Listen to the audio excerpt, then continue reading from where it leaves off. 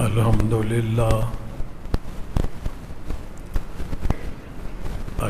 لله نحمده ونستعينه ونستغفره ونؤمن به ونتوكل عليه ونعوذ بالله من شرور أنفسنا ومن سيئات أعمالنا من يهده الله فلا مضل له ومن يضلله فلا هادي له ونشهد أن لا إله إلا الله وحده لا شريك له ونشهد أن سيدنا ونبينا ومولانا محمدا عبده ورسوله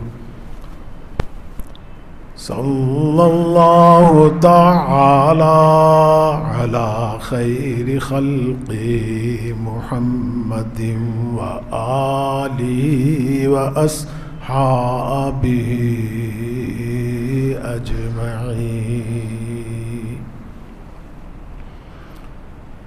أما بعد فقد قال النبي صلى الله عليه وسلم هو شهر أوله رحمة وأوسطه مغفرة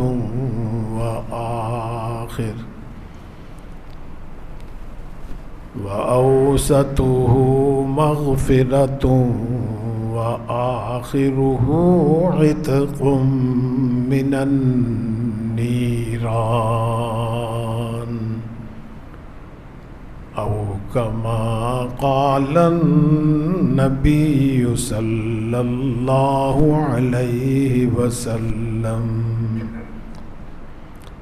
صدق الله مولانا العظيم وصدق رسوله النبي الكريم ونحن على ذلك من الشاهدين والشاكرين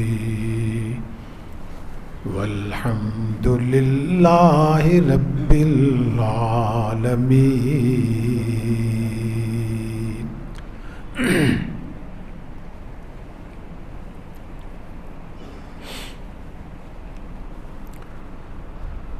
بزرگان محترم اور برادران عزیز،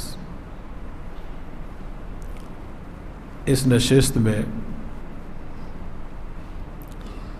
سرکار دو عالم صلی اللہ علیہ وسلم کی ایک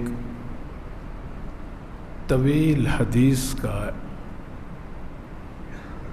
ایک مختصر سا ٹکڑا بیان کیا گیا ہے۔ اس مناسبت سے جس مہینے میں آج ہم اور آپ موجود ہیں، اس مہینے کے بارے میں حضور اکرم صلی اللہ علیہ وسلم نے اس کی کچھ حقیقت بیان فرمائی ہے۔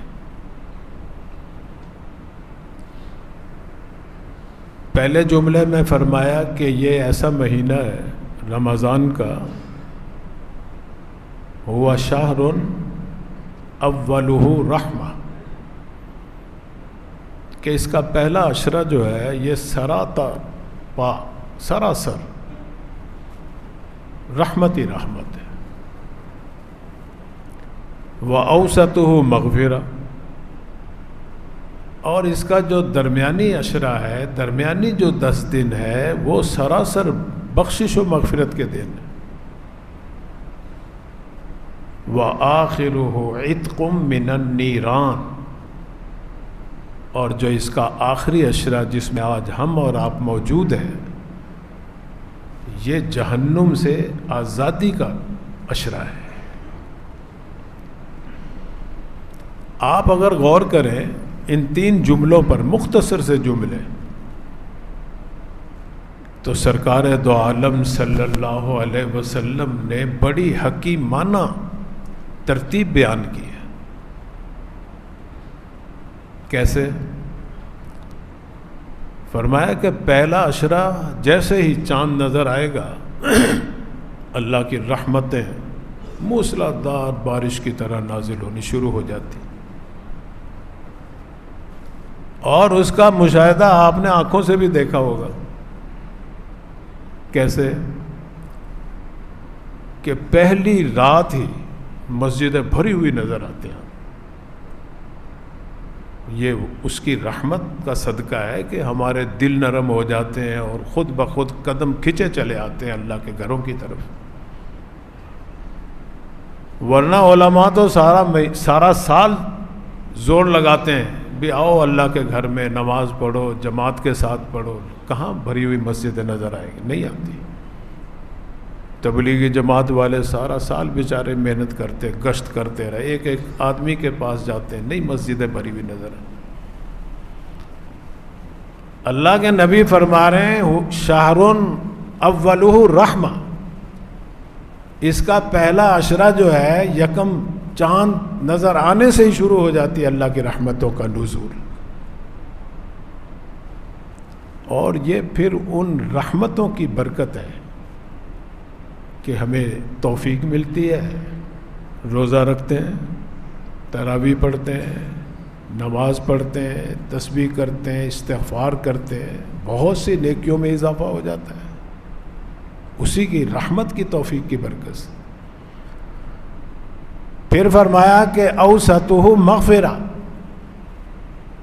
جب ہم اللہ کو راضی کرنے کے لیے اس کے حکم پر عمل کریں گے تو اس کا لازمی نتیجہ ہے اللہ خوش ہوتے ہیں، جب خوش ہوتے ہیں تو بخشش فرماتے ہیں، مغفرت فرما دیتے ہیں۔ تو یہ درمیان والے عشرے میں ہر روز، ہر رات، ہر دن کو لاکھوں انسانوں کی بخشش و مغفرت ہوتی۔ فرمایا کہ وآخرہ عتق من النیران، اور آخری عشرہ جو ہے یہ جہنم سے آزادی کے سرٹیفکیٹ، پروانے تقسیم کرنے کا عشرہ ہے۔ دیکھو نا، آپ میٹرک کا امتحان دیتے ہیں، ایف اے کا، ایف ایس سی کا، ایم اے کا، ماسٹر کا، پی ایچ ڈی کا، ایم بی بی ایس کا، یہ امتحانات ہیں آپ کے۔ اس کے لیے آپ پہلے محنت کرتے ہیں، پھر امتحان دیتے ہیں، پھر آپ کو رزلٹ کا انتظار ہوتا ہے، اور جب رزلٹ آتا ہے اور آپ کی کامیابی کا اعلان کیا جاتا ہے گزٹ کے اندر تو آپ بڑے خوش ہوتے ہیں، آپ کے ماں باپ بڑے خوش ہوتے ہیں کہ محنت کام آ گئی ہماری، ہمارے بیٹے نے جو محنت کی تھی، ہم نے لاکھوں روپے خرچ کر کے اس کو ڈاکٹر انجینئر بنوایا، آج اعلان ہو رہا ہے کہ یہ کامیاب ہو گیا۔ سارا خاندان خوش ہوتا ہے، مٹھائیاں تقسیم کرتے ہیں۔ بالکل اسی طرح یہ عشرہ ہماری خوشی کا عشرہ ہے۔ ہر رات اللہ تعالیٰ عنایت فرماتے ہیں، ہر رات۔ اور پھر ایک رات تو اس میں ایک ایسی رات ہے جس میں حدیث میں آتا ہے کہ سورج غروب ہونے سے ہی اللہ تعالیٰ کی خاص رحمت کا نزول عرش معلیٰ سے آسمان دنیا پر بالکل یوں سمجھیے ہمارے گھر میں آ جاتی ہے، اور ساری رات فرشتوں کے ذریعے ندا دلوائی جاتی ہے کوئی بخشش چاہنے والا، ہے کوئی مغفرت چاہنے والا، ہم اس کو بخش دیں، مغفرت کر دیں۔ کوئی رزق چاہنے والا، ہم اس کے رزق دے دیں، برکت کر دیں اس کے رزق میں۔ عزت چاہنے والا، عزت دے دیں اسے۔ تندرستی، صحت چاہنے والا، ہم صحت، تندرستی دے دیں۔ ساری رات ندا ہو رہی ہے، حتیٰ کہ فجر کا جب وقت شروع ہوتا ہے تو وہ فرشتوں کی ندا ختم ہوتی ہے۔ وہ رات بھی آپ کو اسی عشرے میں ملے۔ یہ عشرہ کئی اعتبار سے پہلے 2 عشروں سے بھی بڑھ کر ہیں. کیسے؟ بعض مفسرین نے علماء صوفیاء کرام کے ہاں یہ جو 10 دن جا رہے ہیں اس کو وہ 10 دن نہیں سمجھتے، وہ کہتے ہیں یہ 20 دن کا عشرہ ہے. پہلے جو 2 عشرے تھے وہ ٹھیک ہیں، 10 دن کے عشر کہتے ہیں 10 کو عربی میں، لیکن یہ جو آخری عشرہ ہے وہ کہتے ہیں کہ یہ ہے تو نام تو اس کا عشر ہے 10 دن، لیکن ہے یہ 20 دن کے برابر. جیسے عشر کا لفظ تو آپ نے سنا ہوگا، ذمہ داروں کو پتہ ہے. یہ جو پیداوار زمین سے آپ حاصل کرتے ہیں نا، اس کی بھی زکوٰۃ ہے. جتنی پیداوار ہے اس کا 10واں حصہ، عشر کا معنی ہی 10واں حصہ. لیکن بھائی یہ جو ہمارا علاقہ ہے نا، یہاں عشر کا معنی 10واں حصہ نہیں، یہاں 20واں حصہ ہے. بارانی علاقے میں اگر آپ 100 من گندم حاصل کرتے ہو، چنا حاصل کرتے ہو، تو وہاں 100 کے پیچھے 10 کلو،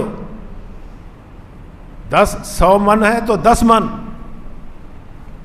یہاں آپ حاصل کریں گے. 10واں حصہ نہیں ہے، 20واں حصہ. حالانکہ نام اس کا بھی عشر ہی ہے، عشر کا معنی ہے ہی 10، لیکن اللہ کے نبی نے فرمایا کہ نہیں، یہاں عشر 20ویں حصے کو کہیں گے کیونکہ خرچے تمہارے زیادہ ہیں. تو یہاں اگر 100 من گندم حاصل کرو گے تو 5 من دینی پڑے گی، وہ 20واں حصہ بنتا ہے. بالکل اسی طرح اہل اللہ کے ہاں یہ آخری عشرہ جو ہے اگرچہ 10 دنوں پر مشتمل ہے، لیکن وہ کہتے ہیں اللہ کے ہاں یہ 20 دنوں کے برابر ہے. کیوں؟ اس لیے کہ اس عشرے کے 10 دن جو ہیں وہ بھی اللہ کی عبادت سے پر ہیں اور راتیں بھی اللہ کی عبادت سے پر ہیں. آپ دیکھو پہلے 10 دنوں میں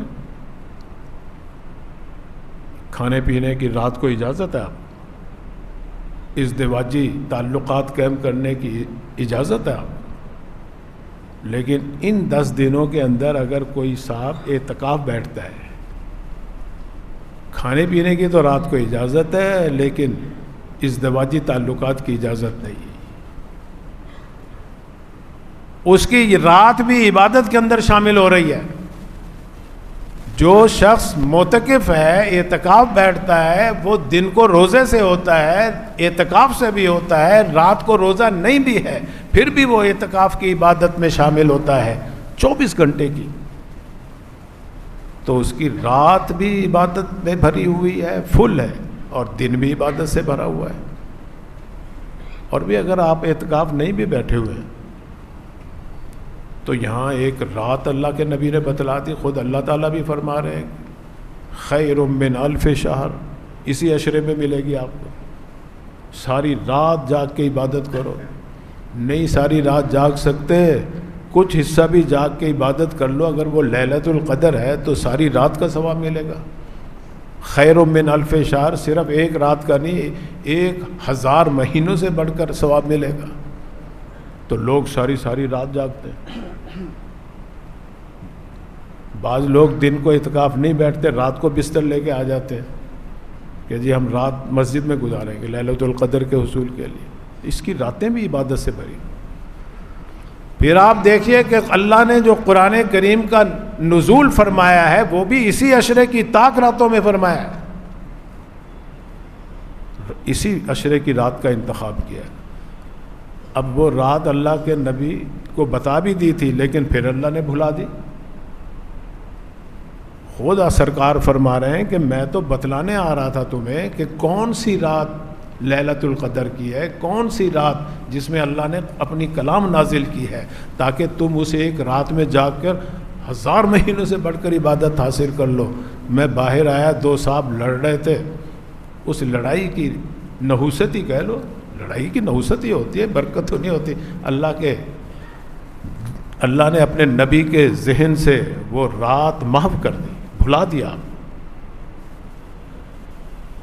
متعین نہیں بتائی. اب فرمایا کہ آخری عشرے میں تلاش کرو، بس سارا چلو طاق راتوں میں تلاش کر لو تاکہ زیادہ سے زیادہ تم عبادت کرو اس عشرے میں، زیادہ سے زیادہ جاگو اس عشرے میں۔ تو یہ عشرہ جو ہے اس کی راتیں بھی عبادت سے بھری ہوئی ہے۔ آپ دیکھو جیسے ہی 21ویں شروع ہوتی ہے مسجدوں میں قرآن کریم کے ختمات شروع ہو جاتے ہیں، آج یہاں ختم ہو رہا ہے، آج فلاں مسجد میں فلاں حافظ صاحب ختم کر رہے ہیں، آج ہر روز ہزاروں حافظ ختم کر رہے ہیں اس عشرے میں۔ قرآن کریم کے ختمات کا سلسلہ بھی اسی عشرے میں آپ کو نظر آئے، کثرت سے ہر رات ختم سے بھری پڑی ہے۔ تو اس لیے علماء نے لکھا ہے کہ رمضان 30 دنوں کا نہیں ہے، یہ 40 دنوں کا ہے۔ اور حدیث میں آتا ہے کہ کوئی عبادت اگر آدمی توجہ اللہ کے ساتھ 40 دن مکمل کر لے تو اس عبادت کا جو چشمہ ہے اللہ اس کے دل سے جاری کر دیتے ہیں، سارا سال وہ عبادت کرنا آسان ہو جاتی ہے۔ اعتکاف کی عبادت جو ہے سرکار دو عالم صلی اللہ علیہ وسلم نے پوری مدینے کی زندگی میں ہر سال اعتکاف بیٹھتے تھے، اگر ایک سال قضا بھی ہوا تو شوال میں اس کی قضا کر لی۔ اور کس لیے؟ شب قدر کی تلاش کے لیے۔ رمضان آیا آپ پہلے عشرے بیٹھ گئے اعتکاف میں، صحابہ بھی کئی بیٹھ گئے، دوسرا عشرہ آیا پھر آپ بیٹھ گئے، دوسرا عشرہ 20 دن ہو گئے، جب تیسرا عشرہ شروع ہوا تو آپ صلی اللہ علیہ وسلم نے فرمایا کہ بھی دیکھو میں جو بیٹھا تھا اعتکاف شب قدر کی تلاش کے لیے بیٹھا تھا، لیکن مجھے پہلے عشرے میں نہیں ملی، میں دوسرے عشرے میں بیٹھ گیا بھی اس میں ہوگی، کیونکہ شب قدر ہے تو رمضان شریف میں، قرآن اللہ نے رمضان میں نازل کیا نا، اور وہ لیلۃ القدر میں نازل کیا اللہ نے۔ اب وہ کون سے عشرے میں ہے اس کی تلاش کے لیے آپ پہلے عشرے میں بیٹھے، پھر دوسرے عشرے میں بیٹھے، پھر جب تیسرا عشرہ شروع ہوا ہے تو فرمایا کہ بھی مجھے بتلانے والے نے بتلایا کہ وہ تیسرے عشرے کے اندر ہے اور طاق راتوں میں تلاش کرو۔ تو اس لیے پھر آپ کا معمول یہی رہا، جب رمضان آتا آپ آخری عشرے میں اعتکاف بیٹھتے۔ اب بھی دیکھو اعتکاف تو یہاں بھی بہت سے لوگ بیٹھے، ہر مسجد میں ہی بیٹھتے ہیں اور بیٹھنا بھی چاہیے، سنت موقدہ علی الکفایہ ہے۔ اعتکاف رمضان المبارک کے آخری عشرے کا بیٹھنا سنت موقدہ علی الکفایہ۔ علی الکفایہ کا مطلب ہے کہ یہ ہماری مسجد ہے، اگر اس میں کوئی ایک آدمی بھی نہیں بیٹھتا اعتکاف تو سارے ارد گرد ماحول والے لوگ گناہ گار ہوں گے، سب گناہ گار، اللہ سب سے ناراض ہوگا۔ اگر اس میں چند آدمی بیٹھ جاتے ہیں تو سارے گناہ سے بچ جاتے ہیں، ثواب انہی کو ملے گا جو اعتکاف بیٹھے، لیکن باقی لوگ گناہ سے بچ گئے، یہ ذریعہ بن گئے کیونکہ انہوں نے سنت پہ عمل کر لیا۔ اس کو کہتے ہیں موقدہ علی الکفایہ۔ جیسے جنازہ پڑھنا فرض علی الکفایہ ہے، وہ فرض ہے لیکن کفایہ ہے۔ ظہر کی نماز فرض عین ہے، عصر مغرب عشاء فرض عین ہے، ہر مسلمان پہ فرض، مرد ہے خواہ عورت ہے، وہ تو فرض ادا کرنے گے۔ جنازہ فرض علی الکفایہ کہ اس بستی کے کچھ لوگ بھی پڑھ لیں تو سارے گناہ سے بچ گئے، کوئی ایک بھی نہیں پڑھتا ایسے ہی دفنا دیا تو ساروں پر اللہ کا عذاب نازل ہو سکتا، سب گناہ گار ہیں، سب مجرم ہیں۔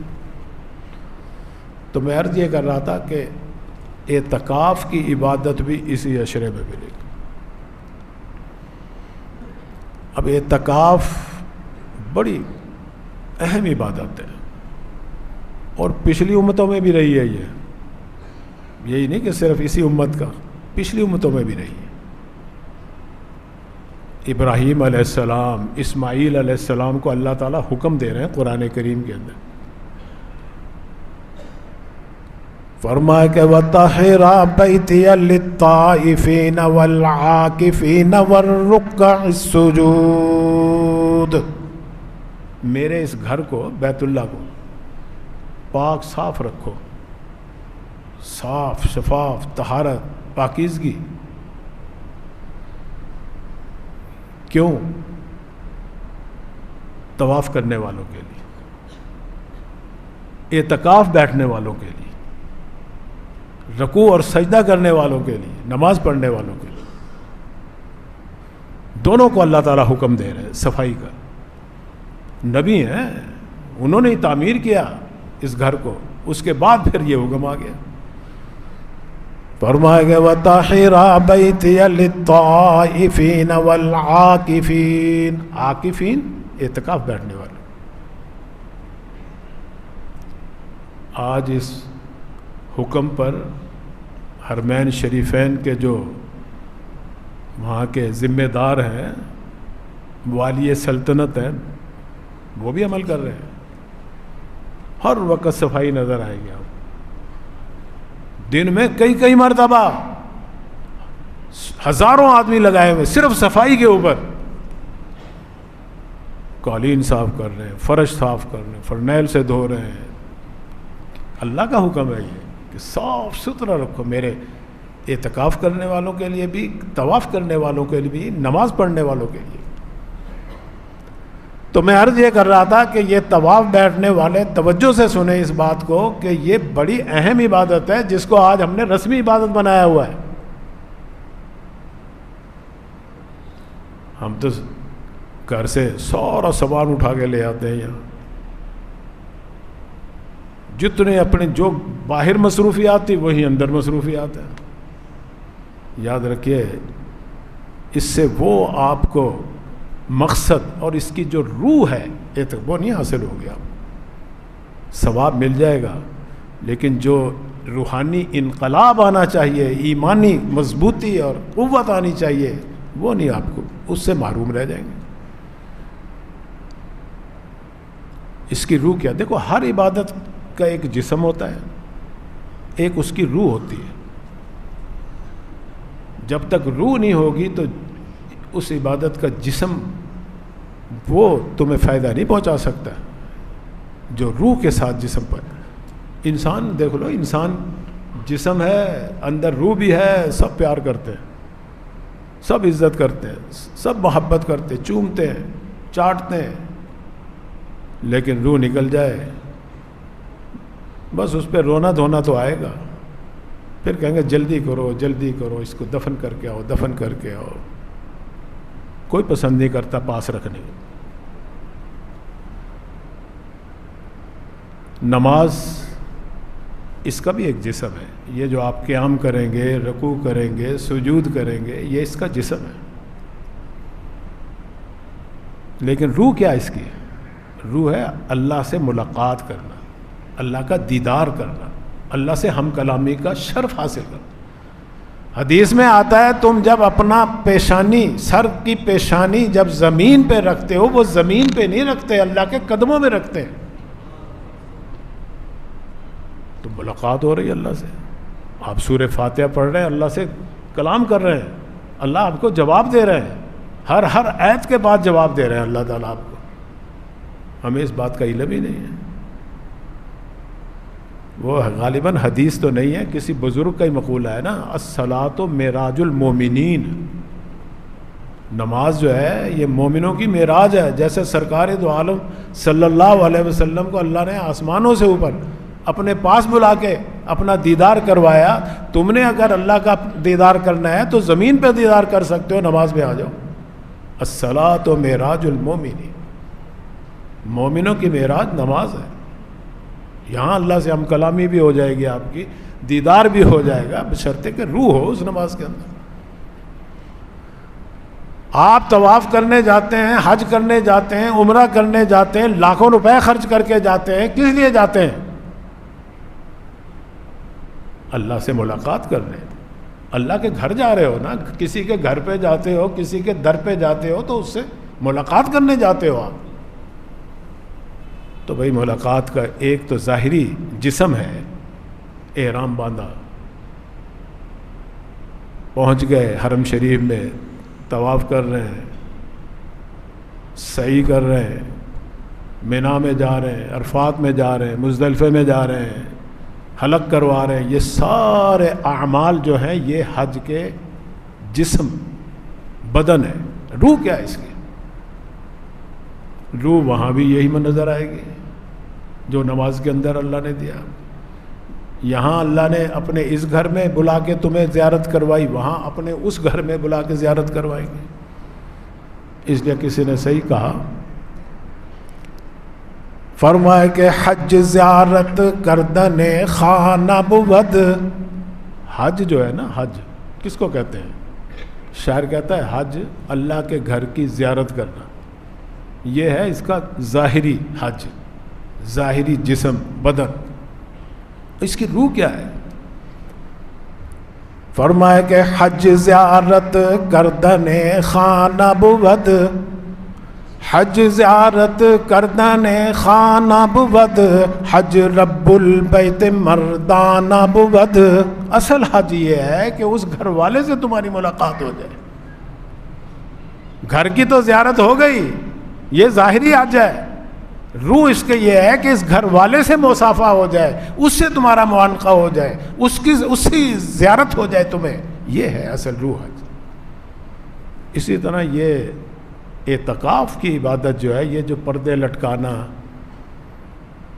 یہاں آ کے بیٹھ جانا، تسبیح کرنا، استغفار کرنا، اعتکاف کی حالت میں صلاۃ التسبیح پڑھنا، تلاوت کلام اللہ کرنا، درود شریف پڑھنا، یہ سارا اعتکاف کی ایک ظاہری شکل ہے. ہر آدمی کو نظر آتا ہے، اسی کو شکل کہتے ہیں جو دوسرے کو نظر آ جائے. روح نہیں نظر آتی. کسی بندے کی روح دکھا دو مجھے، جسم دکھا دو گے تم. یہ جتنے اعمال تم یہاں بیٹھ کے کر رہے ہو یہ ساری اس کے شکلیں ہیں. روح اس کی کون سی ہے اس کا تم میں سے کسی کو بھی علم نہیں ہوگا. آئیں گے چلے جائیں گے، کیونکہ روح تو تھی ہی نہیں ہمارے پاس.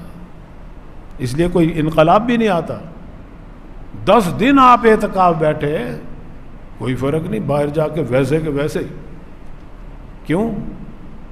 اس لیے کہ آپ خالی اعمال، روح کے بغیر تم نے اعمال کیے. یہ وہ عبادت ہے اعتکاف کی جو سرکار دو عالم صلی اللہ علیہ وسلم نبوت سے پہلے بھی کرتے تھے. پڑھ لو ان کی زندگی، سیرت کی کتابوں میں لکھا ہے کہ ابھی قرآن نازل نہیں ہوا آپ پہ، وحی نازل نہیں ہوئی، نبوت کے منصب پر سرفراز نہیں ہوئے، اعلان نبوت نہیں ہوا. وہ غار ہرا میں جا کے کئی دن وہاں قیام کرتے تھے. کیا کرتے تھے؟ پڑھو پتہ چل جائے گا کیا کرتے تھے. بھئی قرآن تو نازل ہی نہیں ہوا تھا، تلاوت کلام اللہ تو کرتے ہی نہیں ہوں گے. نماز کا حکم بھی نہیں آیا تھا، نماز بھی سر بسجود بھی نہیں ہوتے ہوں گے وہاں. پھر کیا کرتے تھے؟ جب غور کیا جائے نا. اور حضرت خدیجہ رضی اللہ تعالی عنہا جو شادی بھی ہو گئی تھی آپ کی، کئی دنوں کا کھانے پینے کا سامان، ستو پانی باندھ کر دے دیتی تھی آپ کو. آپ کئی راتیں وہاں گزارتے تھے.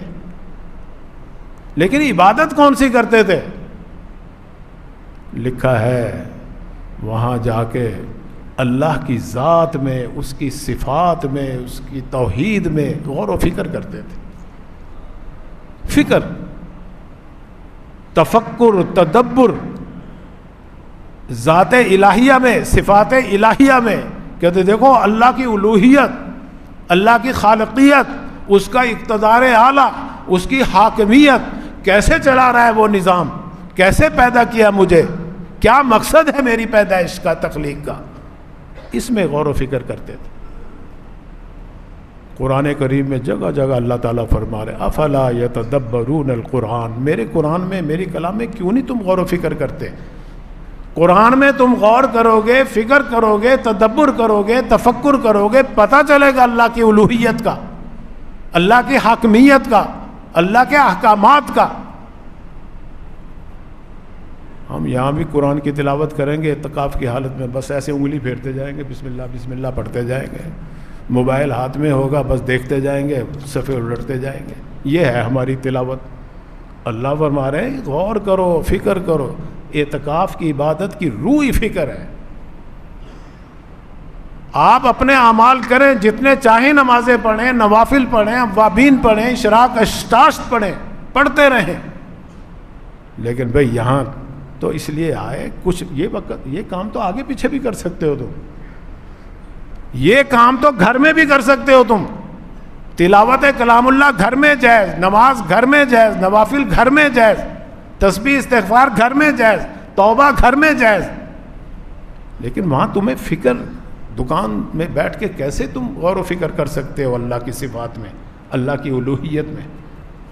اس کے لیے تمہیں یہاں بلایا کہ آؤ کچھ وقت دو، غور کرو. اللہ کے گھر میں آئے ہوئے، اللہ کے در پہ آئے ہوئے اللہ کی الوہیت میں غور کرو.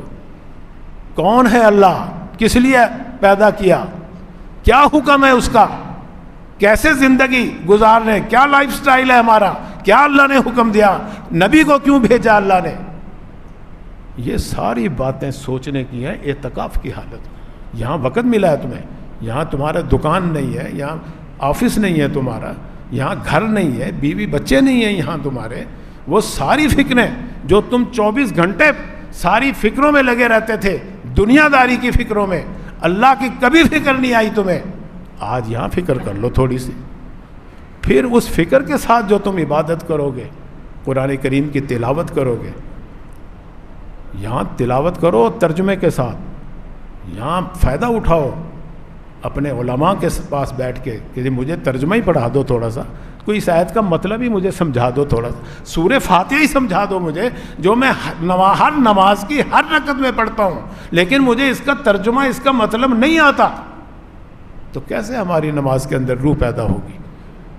تو یہاں نماز ترجمے کے ساتھ سیکھ لو، دعائیں ترجمے کے ساتھ سیکھ لو، تاکہ اللہ کے ساتھ تمہارا تعلق جو ہے وہ پھر شرح صدر کے ساتھ ہو. کوئی کام آدمی شرح صدر کے ساتھ کرتا ہے، سینہ کھول کے کرتا ہے، دل و دماغ سے کرتا ہے، اس کا لطف مزہ ہی کچھ اور ہوتا ہے. ایک طوطے کی طرح رٹی ہوئی بات سے کوئی کرتا ہے اس کا. تو بہرحال اعتکاف والوں کے لیے یہ بہت ضروری ہے کہ کچھ وقت فکر میں اللہ کی الوہیت میں، اللہ کی توحید میں، اللہ کے احکامات میں، کہ اللہ نے کیوں پیدا کیا ہمیں، اللہ کا کیا منشا کیا ہے ہماری زندگی سے، اس کے مطابق اپنے آپ کو ڈھالنے کی کوشش کریں. اور بھئی آخر میں کہ یہ آخری جمعہ ہی ہے تقریباً، جمعہ آخری نہ صحیح تو پھر کل کو ہفتہ آئے گا، وہ تو یقیناً آخری ہفتہ ہوگا. اتوار ہوگا آئے گا جو رمضان کا، وہ بھی آخری. سوموار، یعنی ہر دن جمعے میں تو چلو کچھ امکان ہے کہ ہو سکتا ہے اللہ تعالیٰ ہمیں ایک اور جمعہ عطا فرما دیں، لیکن بھئی باقی دنوں کے بارے میں یقین ہے. تو ان کو آخری سمجھ کے اگر آپ عبادت کریں گے، کیونکہ حدیث میں آتا ہے انما العبرۃ بالخواتیم، کہ اللہ تعالیٰ کے ہاں ہمارے خاتمے کا اعتبار آخری عمل پہ ہے. انما العبرہ بالخواتیم، خاتمے کا اعتبار ہے. خاتمہ کیسا ہوتا ہے؟ دیکھو ایک آدمی 70 سال تک شرک کرتا رہا، اللہ نے توفیق دی، ہدایت ہو گئی، کلمہ پڑھ لیا شہادت کا، اور انتقال ہو گیا اس کا. کوئی نماز نہیں پڑھی، کوئی روزہ نہیں رکھا، کوئی زکوٰۃ نہیں دی، کوئی حج نہیں کیا، کوئی نیکی نہیں کی، صرف کلمہ پڑھا لا الہ الا اللہ، فدخل الجنہ، وہ جنت میں داخل ہوگا، کیونکہ اس نے شرک سے توبہ کر لی اور اللہ کی توحید کا اس نے اعلان کیا. ایک آدمی 70 سال تک توحید کا اعلان کرتا رہا لیکن پھر مرتد ہو گیا اور اسی حالت ارتداد پہ اس کا انتقال ہو گیا، جہنم میں جائے گا. قرآن و حدیث کی روشنی میں کہہ رہا ہوں، میں کوئی فتویٰ نہیں دے رہا. کیوں؟ اس کا آخری عمل ہی اللہ سے بغاوت کا تھا، غداری کا تھا، اس کی سزا جیل ہے، جہنم ایک جیل ہے، اس میں جائے گا۔ تو بھائی آئندہ رمضان ہمیں پتہ نہیں ملتا ہے کہ نہیں ملتا، کسی کے پاس گارنٹی نہیں۔ اب تو ملا ہوا ہے نا، اس کو اپنا آخری سمجھ لو، خاتمہ سمجھ لو اس کو، اس کا اعتبار ہے اللہ کے، اس لیے کہ آدمی کی گارنٹی کسی کے پاس نہیں ہے۔ سال بہت دور کی بات ہے، ایک سانس کی بھی نہیں۔ کسی نے بہت اچھا نقشہ کھینچا ہے، فرمایا کہ آدمی کا جسم کیا ہے جس پہ شیدا ہے جہاں، آدمی کا جسم کیا ہے جس پہ شیدا ہے جہاں، ایک مٹی کی عمارت اینٹ پتھر کا مکان، خون کا گارا بنایا اینٹ جس میں ہڈیاں، خون کا گارا بنایا اینٹ جس میں ہڈیاں، چند سانسوں پہ کھڑا ہے یہ خیالی آسمان، اور موت کی پرزور آندھی جس دم آ کر ٹکرائے گی، اور موت کی پرزور آندھی جس دم آ کر ٹکرائے گی، بس یہ عمارت ٹوٹ کر خاک میں مل جائے گی۔ یہ حقیقت ہے ہماری اور آپ کی، اس لیے ہر دن کو آخری عمل سمجھو۔ اب چند دن باقی ہیں، یہ اللہ کا شکر بھی ادا کرو کہ اللہ نے ہمیں توفیق دے دی، روزے رکھ لیے، تراویح پڑھ لیتے ہیں، جمعے میں آ جاتے ہیں، اللہ اپنے گھر میں بلا لیتے ہیں، یہ اسی کے رحمت کا صدقہ ہے، اس کے فضل و کرم کی توفیق سے ہمیں یہ سب کچھ ملا ہے۔ تو اس 2 رکعت صلاۃ الشکر کے بھی پڑھتے رہا کرو روزانہ، جتنے دن بھی باقی ہیں، اس لیے کہ یا اللہ بہت سے لوگ ایسے ہیں کہ جن کو پتہ ہی نہیں، مسلمان اس شہر کے اندر بھی ہوں گے، ہر شہر میں، ہر محلے گھر میں، کہ ان کو پتہ ہی نہیں کہ اللہ کا مہینہ آیا بھی ہے، اور آیا کب ہے چلا کب گیا، کوئی نہ احترام، نہ التزام، نہ روزہ، نہ سحری، نہ افطاری، کچھ بھی نہیں۔ چلو اللہ نے ہمارے دلوں میں تو ڈالا ہے نا، پھر دوسرا شکرانہ اس پہ کرو کہ اللہ نے زندگی بھی دے دی ہمیں، پھر رمضان عطا فرما دیا، ورنہ بہت سے دوست ہمارے رمضان سے پہلے ہی رخصت ہو گئے۔ تو اس پہ جتنا شکریہ ادا کرو اتنا کم ہے اللہ کا۔ تو 2 رکعت شکرانے کے اور 2 رکعت صلاۃ التوبہ کے، کہ اللہ جیسے روزے رکھنے تھے کمی ہے اس میں، جیسے نماز پڑھنی تھی کمی ہے، تراویح پڑھنی تھی کمی ہے، اعتکاف بیٹھنا تھا کمی ہے، اس بڑی کوتاہی ہے، اس میں کوئی شک ہی نہیں ہے اللہ۔ ہم تیرے شایان شان نہیں عبادت کر سکتے، ہم تو تیرے حکم کے تحت سر بہ سجود ہوتے ہیں، تیرے نبی کی سنت سمجھ کے اعتکاف میں آئے، تیرا حکم سمجھ کے روزہ رکھتے ہیں، جھوٹ بھی بولا، غیبت بھی کی، سب گناہ ہوئے، یا اللہ استغفار کرتے ہیں معاف فرما دے۔ اور یہ تو معافی کے دن ہیں، اور جب یہ 2-4 دن ہمارے اچھے گزر گئے، اس کی وجہ سے اللہ تعالیٰ پچھلی گناہ بھی معاف کر دے گا، پچھلے 15-25 دنوں کے گناہ بھی معاف ہو جائیں گے، پچھلے مہینے کے بھی گناہ معاف ہو جائیں گے۔ تو اس لیے بھی عہد کرو کہ اللہ تعالیٰ سے ہم اپنی اس رمضان میں پوری بخشش و مغفرت فرمائیں گے، آئندہ کے لیے پوری کوشش کریں گے اللہ کے حکم پر عمل کرنے کی۔ وآخر دعوانا ان الحمدللہ۔